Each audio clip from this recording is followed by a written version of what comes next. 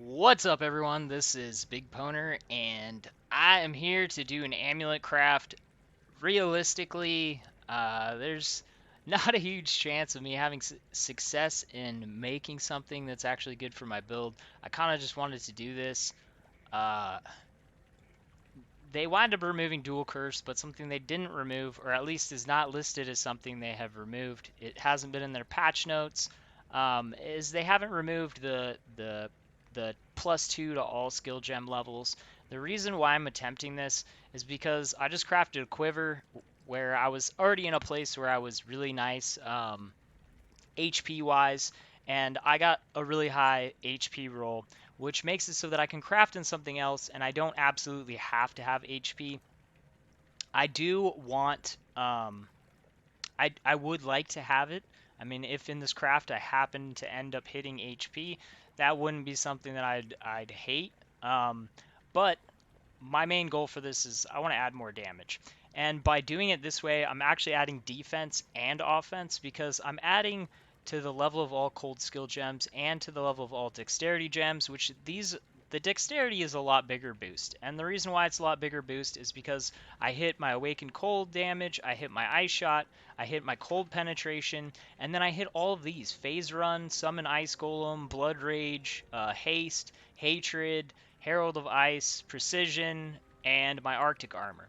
So the Arctic Armor gaining levels is going to wind up giving me going to wind up giving me defenses, and obviously all of those other things: Hatred being buffed up, Herald of Ice being buffed up, obviously all of my active skill gems.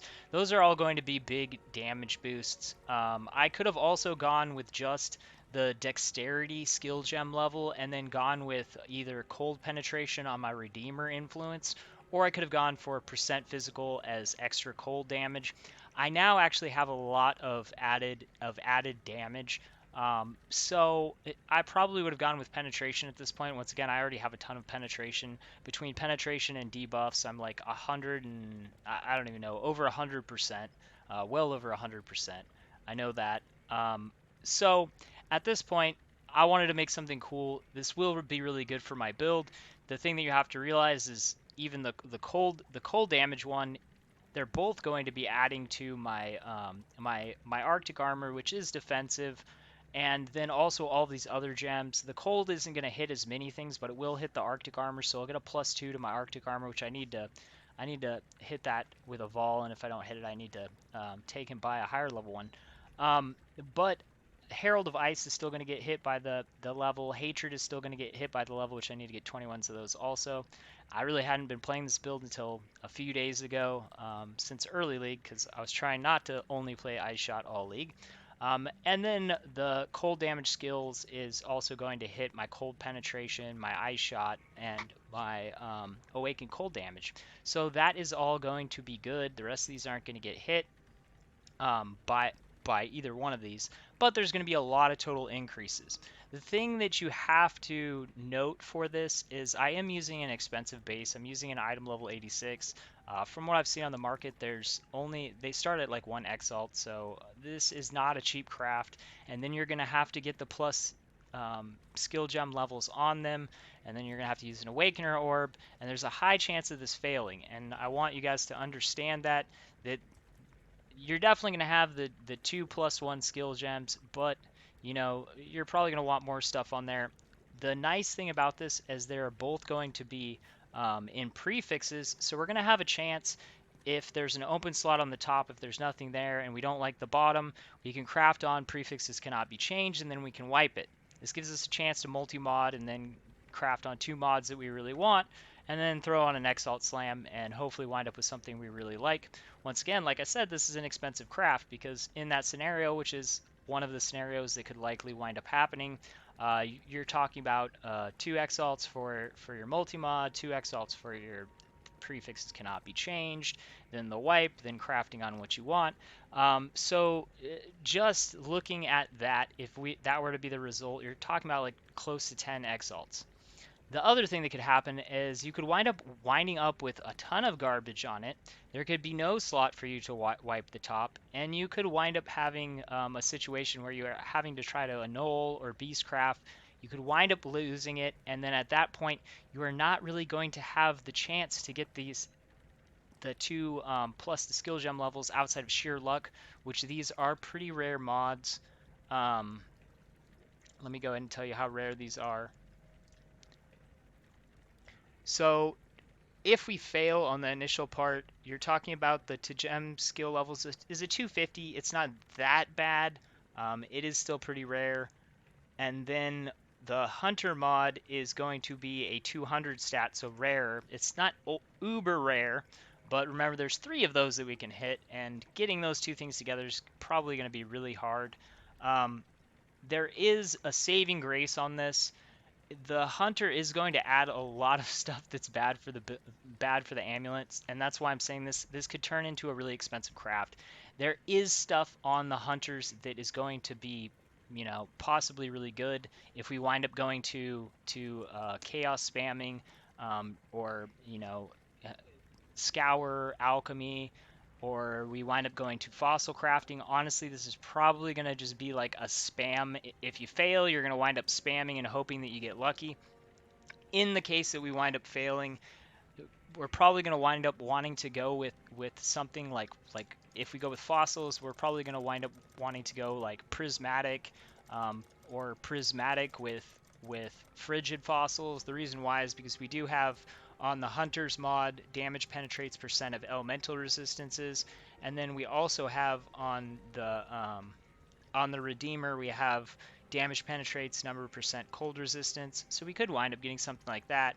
And there's a bunch of good stuff for cold damage on the Redeemer influence, but you are talking about a pretty hard craft. So if you're like, ooh, 10 exalts sounds expensive, this is probably not the craft for you, because there's going to be a good number of people that are not going to have that much luck. There's going to be a very small amount that get lucky right off the slam. Which I always hope that I get lucky off the slam, but as you guys have seen if you watch my videos, a lot of times that doesn't happen. Then, you know, you try to fix it. Some people might wind up fixing it, a bunch of people are still not going to fix it. And then you're going to wind up being in that situation where it's time to craft and we have a really expensive base. So, you know, and then you're talking a lot more currency to wind up getting something that you're going to like. So if you're low on currency, if you have other item slots to upgrade, I'm going to suggest that you skip this craft. If you got a bunch of currency and you want to try and make something cool, then give it a shot. So my 86 base is the one I'm going to be keeping. I need this specific, the agate, for my stats, otherwise it's not going to work. It's kind of funny, I rolled this and I'm kind of like, ooh, you know, that's actually not a bad multi-mod candidate, but it's if it would have been cold resistance, I might have actually thought about doing that because it would have fixed my build. Anyways, we're going to be destroying this one. This one's an 84. The reason why you want an 86 is because attack damage with elemental skills is going to be something that if you use prismatic fossils, you're going to have a chance to roll, and you need an item level 86 to be able to have the chance to roll that. So you are going to want to go for an 86 base if you're planning on completing this. You want the best chances of that. Let's hope I get lucky. Um. Uh. Ooh. So I honestly don't know what I'm gonna do with this because it has a good intelligence roll on it. It's got a pretty good fire roll on it. The health regen, the increased armor are not good. Um.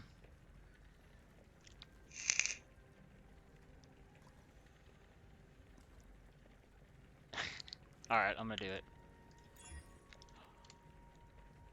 Oh, that hurts. I took off one of the. I took off one of the good mods. Ah.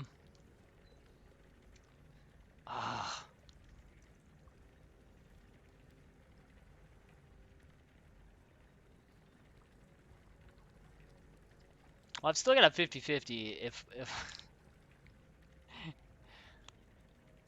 hmm.